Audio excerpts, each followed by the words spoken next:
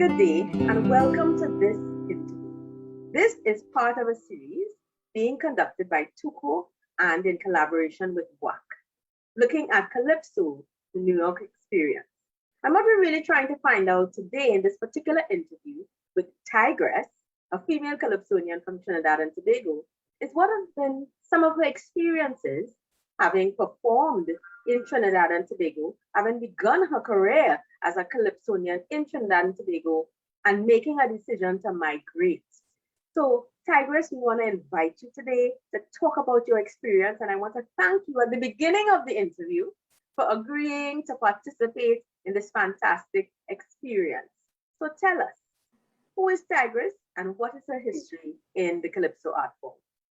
We wouldn't have enough time if we have to sit down and discuss who is Tigress and what is her history. Because while everybody might know Tigress is a very private, quiet person, believe it or not. The name might say this on this end, but Joanne Rowley is another person. Who is Joanne Rowley? Joanne Irish, as a lot of people who went to school with me would know me as Joanne Irish, because I erroneously used to carry my aunt's name, but my maiden name is really Rowley. That's my name. My grandfather came from Tobago and they migrated to Moruga. So I grew up in St. Mary's. Went to Open Bible High, went to St. Mary's Government, then on to Open Bible High School. Then I got married and went to Loughborough to live. And then I was living in Couva, Gilder Street in Couva. And that's Tigress in a little nutshell. When I started to sing, though, I was living in Loughborough. So librarians always, and I also got the keys to Loughborough from a company that was inside Brighton called Van Leer. So librarians always hold on to that part of it, that the Calypsonian Tigress is from Loughborough. And then Moruga people say, well, no, we know her little girl. And then Couva people is the people where my sons grew up. So everybody have a piece of who Tigress is. But Tigress is really a southerner, a full-blood southerner. I did spend a little time in Port of Spain also, but I'm a southerner. That's who Tigress is in a nutshell. Right. So thank you for sharing that, because I think when Trinidadians and Tobagonians hear this interview, they always like to position where that person come from. Yes, I want to claim that person. So now that you said definitively you're a southerner or Southie, as some southerners say. Southerner, yes. Yes, I think a lot of people will be happy to say, yes, you see, she's one of we. and I could never leave out Gilder Street in Couva because they stake all the claim. That's it. But that's why I'm a southerner. Right. And thank you for that. So tell us a little bit about your introduction into the Calypso arena. My introduction into the Calypso arena was a very strange one, because I was singing with a ballroom band by the name of Vin Courtney. People like Joey Rivers, and Vincent, I would have known them before I started singing, because the band was based in Palo Seco. Everybody would know Vin Courtney was a ballroom band, and that's the type of music I used to do. But there was a show that they used to have in Point Fortin, the Best of Point Fortin, every year. And that band always used to be the backup band. So automatically, and living in Loughborough, I was on the show also. So Luther would have been on the show. It was always Point Fortin people. Luther was also on the show. And I'll never forget that. I used to sing Money, Francine's Money in the band. Money, where art thou? Can't you see? I need you now. Beautiful song. And he'll be singing. He said, you could sing Calypso, you know. I'm like, me? No. And he was like, yeah, you should try. So that would have been, but prior to that, I did have a little stint in Calypso, because in 1984, I took part in the Queen show in Skinner Park. I did take part in the Queen show. I think I came about fifth. That's where I would have met Sandra and Marva and Singing Diane and all these people. I met them that year. That time they used to have the evening news, and I was on the front of the evening news. So, that was a big thing for me, because there I didn't place, but I was on the front of the evening news. I was in seventh heaven. Right. So then come down the road now to 86, 87, meeting with Luther. I took part in the regional competitions, because they used to have a Loughborough competition, a Point Fortin competition, and I won all of them. And he was like, that's it, I tell you already. And I'm like, yeah. 87, I think I placed second in Point and first in Loughborough. And he was like, that's it, we going. And 1988, that was it. Uh, The unity of Tigress and Luther was born, and the rest is history. Tigress just walked into the savannah when she came on in 1988. Like Dr. Rudolph Otley once stated in a piece that he did on me, a feat achieved by many. I did that in 1988. It was, and singing #1 in Skinner Park too. wow, wow. And I agree. I agree with Dr. Otley with that statement because it usually takes a long time, sometimes, for Yes. some persons to navigate their way into the arena as opposed to just, being handed Strutting straight an in there opportunity. and strutting straight in there and claiming a space. And from since then, that space is mine. And that's interesting because everyone has a different story.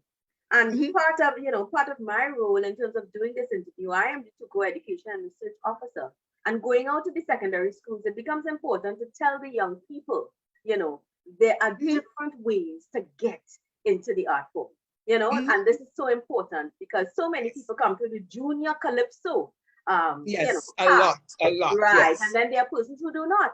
And so it's important for them to hear your story. Yeah? I had to be crazy to tell my aunt that as a junior, I wanted to sing any Calypso. I grew up in a Christian home. I had to be crazy to tell her that. And but so nevertheless, here I am. Exactly. So Yes. tell us a little bit about your early influences. You've spoken about Luther and his role, but in terms of a female, perhaps a female Calypsonian who you would have modeled yourself after? I always liked singing Francine. Okay. I always liked singing Francine. I like that dominance when she gets on the stage. And then to come from singing her songs, I would always sing her songs, Run Away, everything. I used to do that in the band. So you find, and her tonal quality was always easy for me to do her work. So I always looked at her, and then in the latter days, where we used to feed off each other in the United Sisters. Right. Okay. Yeah. Are there any other males that you can point to who would have been instrumental either in shaping the continuation of your career or who would have helped you in terms of expanding your career in the Calypso arena? Funny enough, I always looked at Black Stalin. Always looked at Black Stalin. That's somebody who knew me as a child because we are, in the West Indies, we say pumpkin vine. Yes. We are a sort of we are a pumpkin vine family. But the people that really helped me along the way, Power, Composer, Creole. These are people I worked with them 1 year, Megan, and the wealth of knowledge that I earned from them, you would not believe. Delamo would come and sit down in front and listen to your song and tell him, he does, I know who's your right hand, but I would not have put that word. I would have put that word. And I always have thanked them for that. Right. Creole and Day, I'll never forget. I was singing a song from Merchant. A symphony in steel is what you're hearing. And I couldn't get the bridge to go over to that. And it says, sing this song. And I'm rehearsing, and the three of them sit down just like that, watching me. And I see them start to laugh. And they say, it's a minor. And then they tell me now how you have to sing it. It's different when you're singing a minor. Right. And that was, oh my God, that to me, that was priceless. Just them doing that. And year after year, as long as we're in the same tent, they will always sit in front. And then they're telling you, all right, phrase that so. Pretty would always tell me, use your spade. Watch them in the face, use your spade. So, and these are little things, believe it or not, that always remain in the back of your mind. How would Power tell me, phrase this? And then sometimes Power used to drop me and you tell me, if you take out that word, it might, and funny enough, a simple thing like that, one word might have three, what is the English again? Is it conjunction? Or is there? And they will tell you, break it down to a word that is only two. Right. And yeah, and those simple little things has helped me along the way and still to up to today. Right. Thank you for that. Yes. So, hits, songs. Tell us, what was your first hit song and what was that experience like? Well, to me, every song that I sing, it's a hit for me. Okay. Because I meet people up to today that will still call me Pound for Pound, which was the first song I sang. In 1988, I sang 2 songs, What Is and Pong for Pong. Pong for Pong is it's a social commentary, but it's a softer way of, not humorous, it's not a humor. It's a softer way of how I will deal with domestic violence. Okay. That's what it is. Man would beat woman and say that they bad. Ill treat woman, make them feel so sad. And this stupid woman, cause they call the blows. Still cleaning on time, cooking out, washing the man clothes. And if a next man passing, man is like, if you only watch. And these dotish women just adore these men and say they love them so much. Not me. If I feel to watch, I'm watching. What I feel to do, I'm doing. So if you feel that you're beating me, man, you must be crazy because I'm fighting back with your pong for pong. Right. That is pong. And then have people up to now will tell me, I would perform and they'll tell me you didn't sing pong for pong.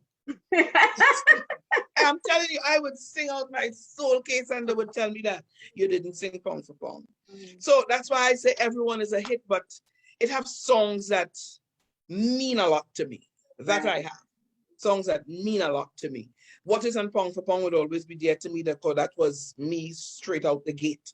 Then I have African Roots, which was also done by Luther. Then I have Crossroads, which was done by Christoph Brandt, which to me is one of my most melodic, I would say, songs that I really, really like. And of course, Wajam. How could we forget? How could we forget Wajang? And then up to recently, 2019, Who Feels It Knows. Right. So every song has a different meaning for me. It's not just a song I was given. Right. It's because I don't write it for myself. Well, this is it.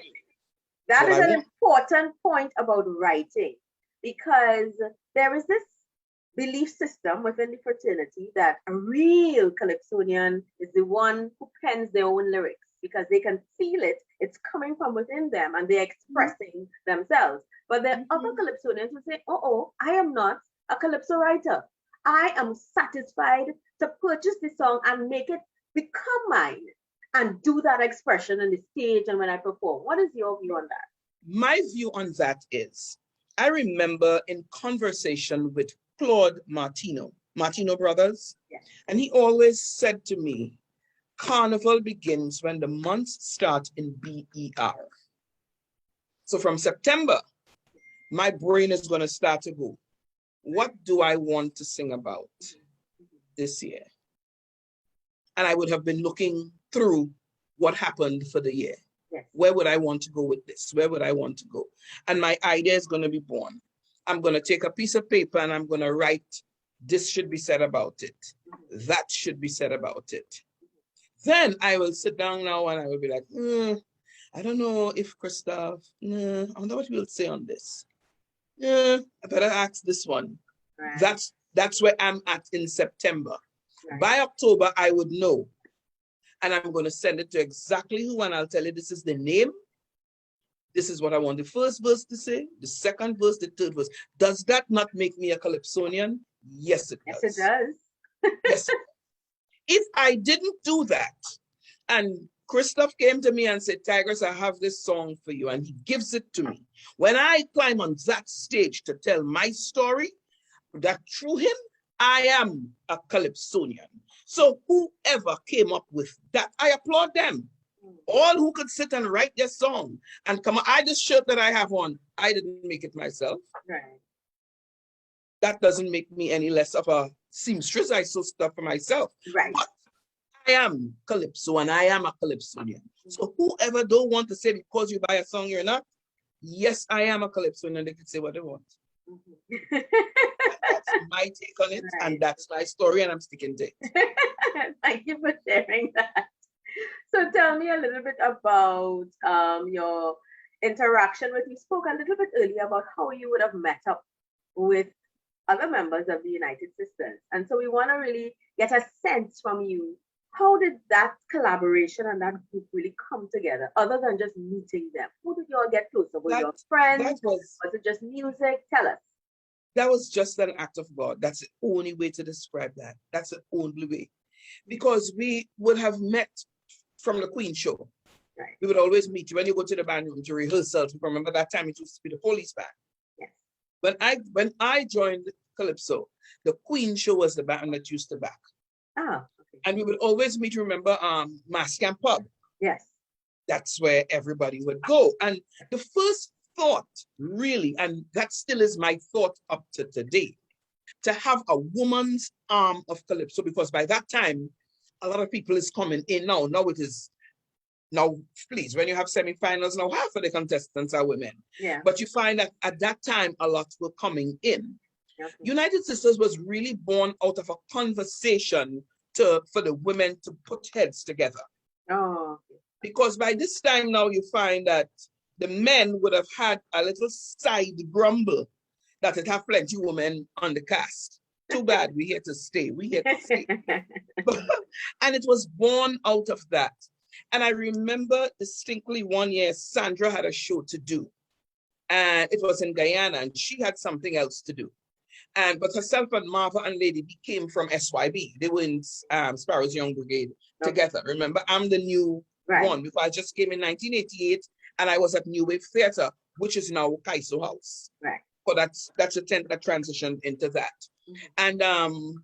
And Sandra told Marva, find Tigress. She's a good person to go on that. So we always remained in contact after that. And then there is Mr. Cyril Shaw. He used to manage, he's a Guyanese who used to manage the Mighty Sparrow. Because Sandra was on tour with Sparrow. And then it got, then Sparrow, he might not have been at home, and Mr. Cyril Shaw still had these shows going on. And I was available, so I was on board also. Marva was on board. And he always used to call us the Calypso Supremes. Because by this time now, it's the four of us. It's Sandra, Marva. One time it had the Calypso Queen Show, the International Calypso Queen Show in Dominica. And again, all of us were there, and he asked us to go to do shows afterwards, Sabre, up and down the Caribbean, the Leeward Islands, Windward Islands, all those. And he used to call us the Calypso Supremes. And out of that, so much was born, because we became so close that next thing you know, before we know it, United Sisters was born. And before you know it, we were touring. And before you know it, we were in the road march race. And before you know it, we were winning Caribbean Song Festival. Before you know it, we are touring Europe, and United Sisters was born. And the important thing about that is that we see, you mentioned earlier that, women are here to stay, women are part of the fraternity in a serious way. When you look at the Calypso Fiesta and the number of, contestants, and in terms of the proportion of women that are there, it means that there is now a presence, a female presence in Calypso. But your unit, this group of women that were touring together and performing together, do you know of that existing prior or after in this Supremes-like concept that you're talking about? No, the only thing that I saw remotely close to it is Nadia Batson and the band. Yes. What's the name of it? I can't remember the name of it, but that's about it. Yes, that's about the only thing, because but every member of the band, all of the musicians were playing sass. I think it's sass. Yes. I think it's sass. Yes, I think it's Nadia Batson and sass. I think that that was the only thing remotely. And then now we have like Dr. Otley with the all-female Calypso tent. Yes, but other than that, to my knowledge, no. Right, and so what we're talking about here is the pioneering of a concept, not only of the individualism of individual female performers, but a band, and all female, and singing, and that is really so important for young women in the fraternity to understand that, when they think about, because, so many times we only hear the story of Calypso Rose or Lady Irie before her, or, singing Francine, but it becomes important to know, did you know that there were women who came together and performed and was just not a singing group, because all of us came out of Best Village. Right. And I think that is what spiraled our whole career of United Sisters into all the blossomed into all of this, because any given day we would put on a ballet skirt and we will start ballet trauma roller, and everybody would be like, oh my God, because we came from Best Village. Right. And so we have that background of every aspect of culture, of dance, of drama, and then of music. Right. And of cooking too, because Marva is the best roti maker. That female presence, that female presence, Yes. you know, so this is Yes. very important, I think, you know, in terms of groundbreaking, you know, and pioneering presence of the female in Calypso Yes. in a different way than we've been speaking In about. a positive and in a positive way also. And so now we want to get to the whole issue of your competition history in Trinidad and Tobago for the Calypso, you know, shows that we would have. Tell us a little bit about that. A little bit about that. I think I deal with it a different way because how I deal with it is I thank God that if my name is called, if it's not, I'll find something else to do. Because if it doesn't mean I'm going to be comment, somebody needs to comment when the show is going on. So if I'm not selected, Right. okay. Right. I think, and I thank God every day that I don't dwell on it, that they robbed me. I should have been this. No, I try not to, because if you go that route, you're gonna be forever bitter. I don't have time. Yeah. You don't put anything out there. You don't. You don't put anything out there. And I always say, if the call to God's look in my favor and my name is called, okay. If my name is not called, okay. What am I wearing to Skinner Park? Okay. I wonder if TT have a commenter. Oh, Kenny, who is commenting by you? And then he will tell me, you. Yeah. So, you know, and like I told Brother Resistance one year in 2020, I did not sing. I took my own personal protest against those two songs. Okay. Okay. I took my own personal protest and I asked him, I said, well, I am here for semifinals. So who is you know, you just have somebody to test out he said, and Resistance say, you. So there I was on the stage. Life is too short for that. Yeah. Life is too short to eat up yourself over that. And this one beat me, and I don't have time. If I think, like the Queen Show, I don't take part in the Queen Show. Oh, okay. Until you could put a panel of judges in front of me and they tell me I come fifth, don't go and deliberate and come back to suit yourself. So I choose not to take part. And that's my stand on it. Okay. I choose not to take part. All right. And this is the NWAC. Are you talking about the NWAC show? Yes, NWAC Calypso Queen Show. Okay. I choose not to take part. All right. Part of what we have seen in terms of your performance when you are at Calypso Fiesta is a very involved performance. You get very involved in your delivery of Calypsos. Tell us a little bit about the preparation, because I think people also want to know what goes into, you know, what comes behind, what's behind the scenes and what comes, you know, to the fore when you make that decision. I'm performing and this is what I'm going to do. What are the ideas? How am I going to design the set for the stage and all that kind of thing? Tell us about that. I hate props. That's the first thing I could tell you straight out. I hate props. Yes. Anytime I have props, I am at my weakest. Oh. And that's what I found out with myself. Anytime I am my own prop, I am at my best. Because it always in your mind, I hope they're doing this right. I hope, you know, so every time you have to go through all of that. Right. So that's the reason why I will put myself into it. If it means wearing something that is painted to depict what I'm doing, whichever way possible, I prefer to go that route. Right. If it means, everybody know me, I like plenty fabric. I love fabric. Best Village days. It's not just Best Village, because in my own personal life too, I am pleased and I am, oh my God, I am in seventh heaven when I have all book to me as fabric.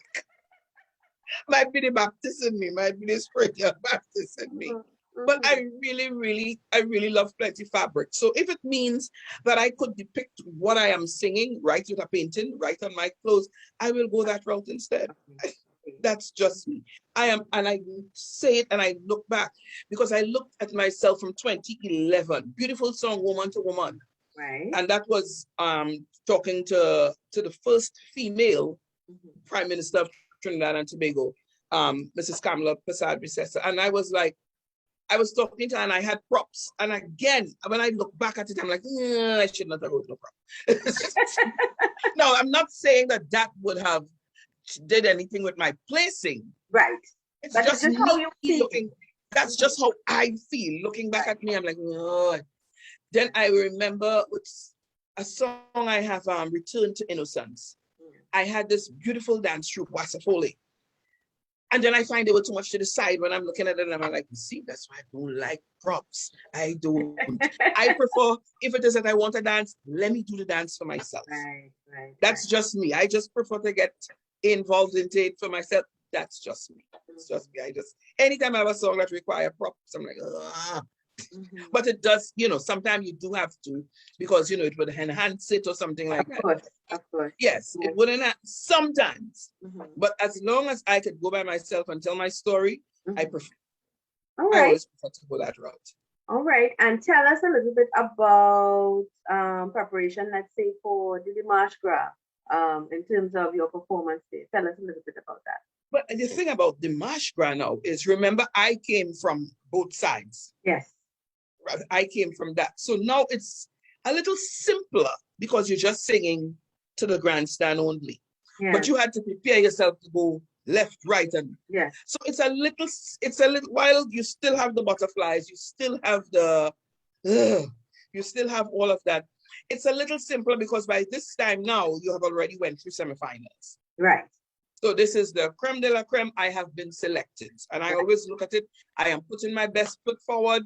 Whatever happens after here, I still thank God for it, because remember, out of how many Calypsonians you are chosen in the top 12, or well, when I went, it was only 7. When I started, it used to be 8 people in the finals, and it was only 7 getting selected. So to be in those 7, you thank God. Now it is oh yes, now I think it is 12. So once again, you just go, let God, and let the chips fall where they may. Okay. All right. Oh yes. Okay. Rowley to Rowley. Tell us about that. Tell us about that. And sing a little bit if you want to sing a little bit. Rowley to Rowley. Rowley to Rowley. I wonder why you asked me about that. Believe it or not, I was home. Again, remember I told you, BER, when the month started in BER. Yes. I was in a meeting in Koki. Like if I'm seeing myself right now standing up, and Dr. Rowley was speaking. And he was going on as long as I put my signature on it. That's it. And I'm listening to him and like, is that so? Like, that's a song. But by this time, I already have my own personal grouse, because my son would have already passed from negligence at Princetown Hospital. And I'm like, is that so? And it's out of that, Rowley to Rowley was born. I don't think it sit well with a lot of people. I wouldn't say him and all, but that's my song, and that's who we are. That's who the Calypsonian is. And it's either you do this or you do like Dr. Eric William and pull it out. But I make no apologies for Rowley to Rowley, because, and it wasn't anything. It was just what I saw. It's just what I saw. We have customer service, and then you know what they tell you, oh, because you're not living here, you think this is America, and this is the things they would tell you. But we need some serious we need to put fire in some. That's why I said it. That's why I said it now. Time is short. I know you're busy. I make my apology. I put on my disclaimer. Tired of it. Matters of urgent concern and parliamentary debates. Things that are of urgent interest might even slip you by. Now I volunteer my service. Just give me a try. I see ministries on the verge of shutting down. I asking questions and they're saying nothing wrong. So I take this privilege to write already. All I wanted him to do was sign the letter for me. He said, as long as he signed it, I went to the police station in San Fernando, because you have to go there in order to get a fire permit for a cremation. I went in the thing. Megan, a woman, was on the phone eating some grapes. It is about 3:45. The place is closing at 4. And I'm like, ma'am. She looked up at me and see me talking. And I'm like, excuse me? I'm like, no. And then she called somebody from inside. It was myself and my 2 sons. These 3, like, they can't wait. Like, we had to call security. And I'm like, by this time, I am already in a mess. I just lost my son. My 2 sons are in a further mess. they just lost their brother. Right.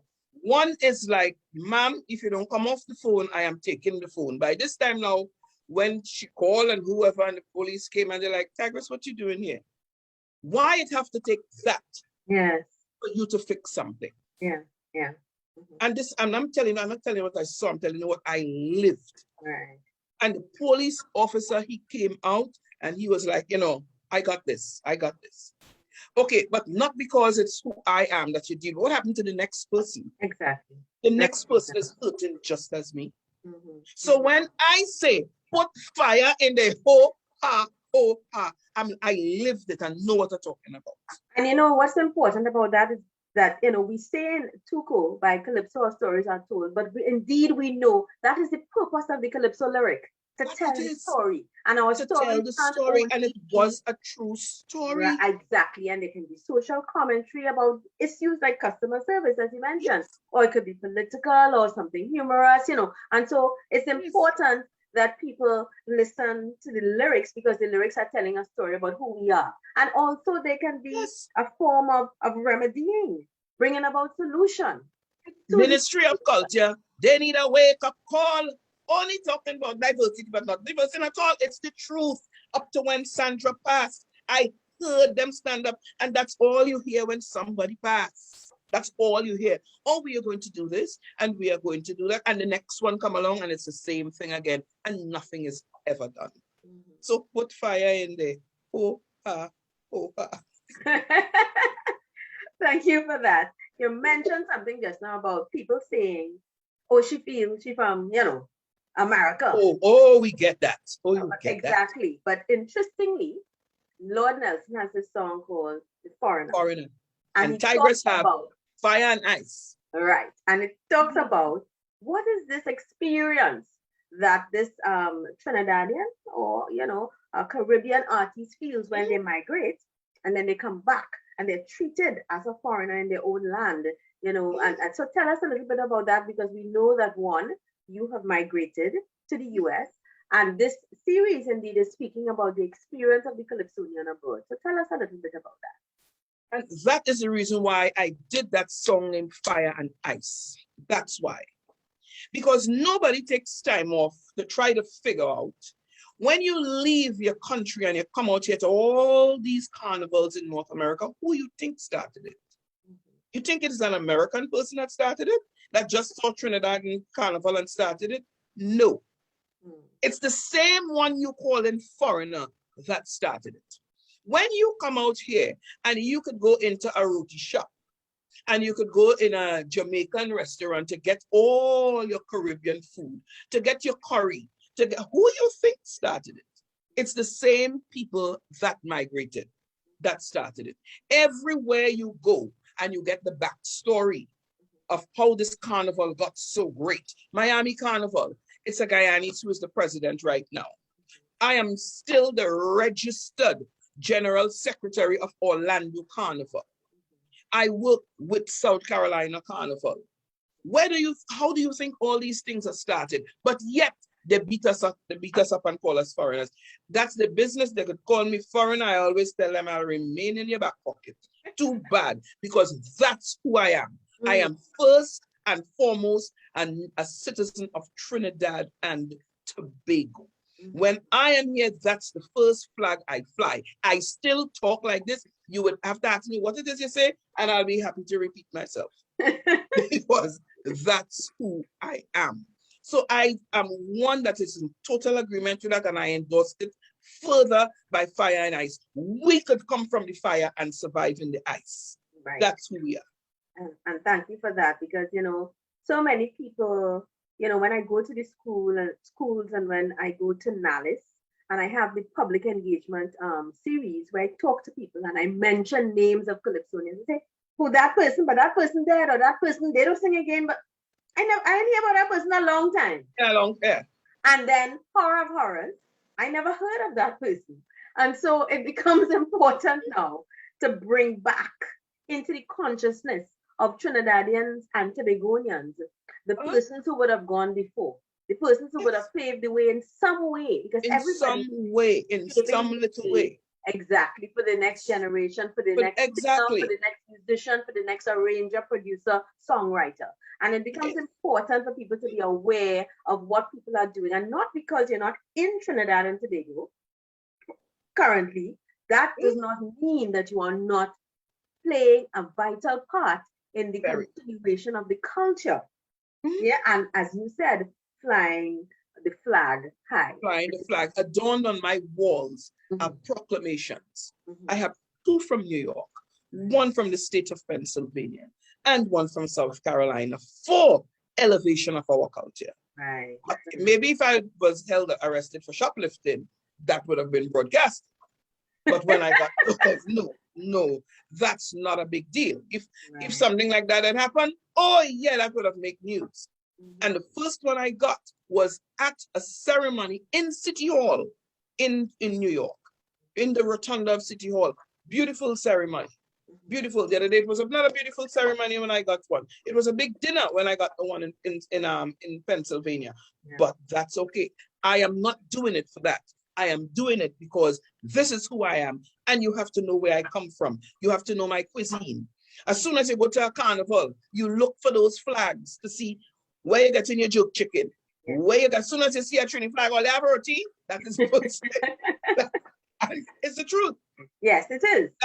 That is the first thing. You look for your keychain. You look for the flag that you could hang in your car. You look for your plates, everything. Yeah. Because these are the things that we do to promote. Now I'm saying that to show you it's not just the music. Of course, it's the whole culture, because the music is part of culture. Yeah. Rhythm sections wasn't started in Trinidad. Right. And I could argue anybody that. It's the same nationals being patriotic that got together, and as soon as they have an event, you see everybody start. Yeah. And they have a rhythm section. Yeah. So as soon as you have a party, if your rhythm section not in your party, and me. But it's the truth. That's what it is. Indeed. And that's what it is. Our artists could fly their flag outside proudly. In almost every state in the US, there is a carnival. Right. Sometimes they have 2 and 3. Right. Very, very. Florida have about 5. I swear Florida must have about 5. But it's out of this, that the same people that you're calling foreigners. Right. That's where it started. And it will continue. Right. And it's important as well to speak to the whole issue of the presence of Trinidad and Tobago's culture in North America. You talk about the carnival, you're talking about the music, you're talking about Calypso, you're talking about TUCO, but what about competitions? Are you aware, or are you participating in, or are you involved in the continuation of the Calypso art form in North America? I don't take part in the competition. Okay. But there are competitions. Miami Carnival, I have judged for them. They have Calypso competitions for the juniors in Miami. I know Makome Fifi, who lives in Canada. They have a competition that she has won 6 times. Poison Dart in New York. You have Poison Dart and I'm forgetting his name right now. He sings with the review sometimes too. He go down and sing with Witty, Dr. Witty. Yes, Dr. Witty. Yes. These people take part in the competition in New York. Sesame Flyers hold a really big competition. Yes. Yes, and I would go down and look on, and sometimes I would judge it and all like this. But yes, they do. They have these competitions here too. Yes. Okay, so that's important for persons also to know that, because they may think that it's only the carnival and the display of the costumes or the steel pan music, but in terms of the presence of the competition, because of course in Trinidad and Tobago, the competition aspect is what is so dominant, not just shows. Because a Calypso show is different to a competition, and so it becomes important for people to be aware that this kind of tradition still continues. Prior to COVID, if I could just tell you this, prior to COVID, Sesame Flyers used to have every Friday night, I want to say, it's a Friday night, they used to have a Calypso show prior to Labor Day. And let us say about 8 weeks before, you just go with your music and they pay you. Of course, you used to be paid, and the place is overrun with people spilling all in the road. Right. And it used to be fun. So there is, and even in Miami also, Miami have panorama, everything too. Right. Orlando also would have Panorama. Orlando has a Carnival Queen show that they would visit all the consulates in Miami. Right. And you have to learn about the Caribbean. Right. Right. So Right. there is. Oh, So yes. so what I'm hearing is that the presence, Yes. and that is important, does not only exist in Trinidad and Tobago, but it's wherever the nationals go. And Yes. you know, and so there is that presence there. So that means that we are infiltrating the space and you know, really making an impact. Oh, In yes. terms of speaking to young women who would be interested in getting into the Calypso arena, perhaps they may be within the age to get into the junior Calypso competitions, or they may be outside of that age group. What would be some of, you know, your words of advice that you would give them? The first thing that they have to do is remember you don't put anything there. That's the first thing, because too many times they come in there and you have a song, it's playing on the radio and all like this, and immediately you think that's it. That's not it. That is not it. So the first thing you have to know is you go in there with your respect, and as long as whatever is the return you get, you thank God for it. Maybe it might not happen the first year. It may not happen the second. But as long as you're true to yourself and true to your culture, just go ahead and positive. Always go with a positive mind. Yeah. Always. And as long as you love your culture, don't go into it for money. Because if you're going to it for money, no. Yeah. No. Be thankful if you can earn a living from it. Yes. Be thankful. Stick to your education, because Calypso does not have a pension, especially in these lands. What Especially. a word of advice. Yep. Yes. Do like Kizzy. Look at people like Kizzy. Corrine has her job. Yeah. Alana Sennett has her job. Kizzy. As long as you do that and you love it, you'll be fine. You'll be fine. Right. Okay. So thank you very much. I don't know if there's anything that we didn't touch on that you wanted to let the audience know. Yeah. I just want to let the audience know that Tigress is very much alive and alive in culture also. I have so much going on. So much going on. And I thank God for that. I am looking forward to see what is happening for the coming year, because we had nothing until Calypso. What is going on with Calypso? It's not dead. No, it certainly is not. It certainly is not dead. It certainly is not dead. We are going to find a way to breathe a little oxygen into it. It might be a little deflated because of what is going on. Because you find Calypsonians, while we're the soca stars, you might see them out there. But you'll be amazed how many Calypsonians work up and down the Caribbean all year. Yeah. They do all year. All of that has been impacted by the pandemic and all like that. So as long as we get a little breather, just support us, even if we come to you virtually. Just support us. That's all we ask. Indeed. Yes. So thank you very much, Tigress. This has been a wonderful interview. Thank you so much for having me. Thank you so much. Yes. Thank you so much. And we could survive in fire and ice. We can. That's right. Yes. So take care. And you too. Have a blessed one. Okay. All right. Take care.